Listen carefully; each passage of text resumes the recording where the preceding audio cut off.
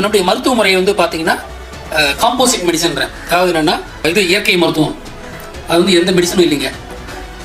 நேச்சுரோபதின்றது வந்து இப்போ வந்து ஃபுட் பாய்சனிங்கா, வாந்தி எடுத்துகிட்டு இருக்கான், பேதி போயிட்டுருக்கா, வெறும் ஐஸ் தண்ணி கொடுத்து சரி பண்ணிடலாங்க, அவ்வளோதான். வேறு எந்த மெடிக்கேஷனும் தேவையில்லை. அது நான் அனுபவத்திலே நான் உணர்ந்த ஒரு இதாக தான் நான் சொல்லிகிட்டு இருக்கேன். அது வந்து எதை எப்படி பண்ணால் இயற்கையாகவே நிறைய மருத்துவங்களை நம்ம முடிச்சிடலாங்க. நீங்கள் மருந்து போட வேண்டியதெல்லாம் ஒன்றும் இல்லை. ஸோ முதல்ல நம்மளது வந்து இயற்கை மருத்துவம் இருக்குது. அப்புறம் ஹோமியோபதி நம்ம எடுக்கணும். அதுவுமே வந்து நஞ்சால் கொள்வது தான். ஆனால் அவங்க ரொம்ப மைன்யூட் பாய்சன் தான் கொடுக்குறாங்க. அதன் மூலம் ஹோமியோபதி சக்ஸஸ்ஃபுல் மெடிசன் தான், அது நமக்கு தெரியும். அப்புறம் அது ஹோமியோபதி முருகனே பண்ணிப்பாரோன்ற நம்பிக்கை எனக்கு இருக்குங்க. ஏன்னா இதெல்லாம் புதுசெல்லாம் எதுவும் கிடையாதுங்க. விஞ்ஞானமாக கொண்டு இவங்கெல்லாம் காப்பி அடிச்சு தான் கொண்டு வந்திருக்காங்க. அடித்த மாதிரி அடிச்சுட்டு இப்போ திருப்பி இவங்க கொண்டு வர மாதிரி கொண்டு வந்திருக்காங்க. ஹோமியோபதி தான் ஹோமியோபதினு வந்துருக்குன்னு நினைக்கிறேன். அந்த முறையும் முருகன் உருவாக்கி இருப்பதற்கு வாய்ப்பு இருக்கிறது. அப்புறம் அக்குபஞ்சர்ன்றது, அது வந்து தொடு மருத்துவம்ன்றது, சித்த மருத்துவம்.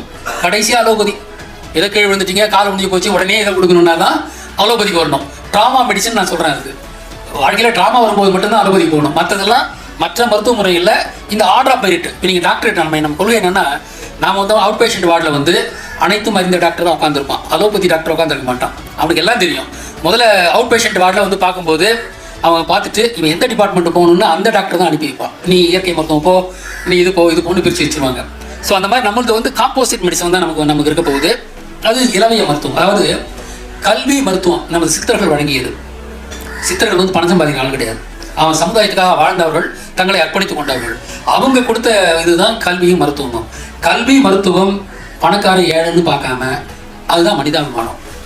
எனக்கு வந்து ஒரு எயில்மெண்ட் இருக்குது, நான் என் ஹார்ட்டு தான் முக்கியம், ஒரு ஏழையோட ஹார்ட்டு தான் முக்கியம் ஆச்சுங்களா. நான் போய் 2 லட்ச ரூபா கொடுத்து ஹார்ட் சர்ஜரி பண்ணிக்க முடியும், ஒரு ஏழையால் பண்ணிக்க முடியாது. அந்த சமூகம் வாழத்தகுந்த சமூகம் அல்ல.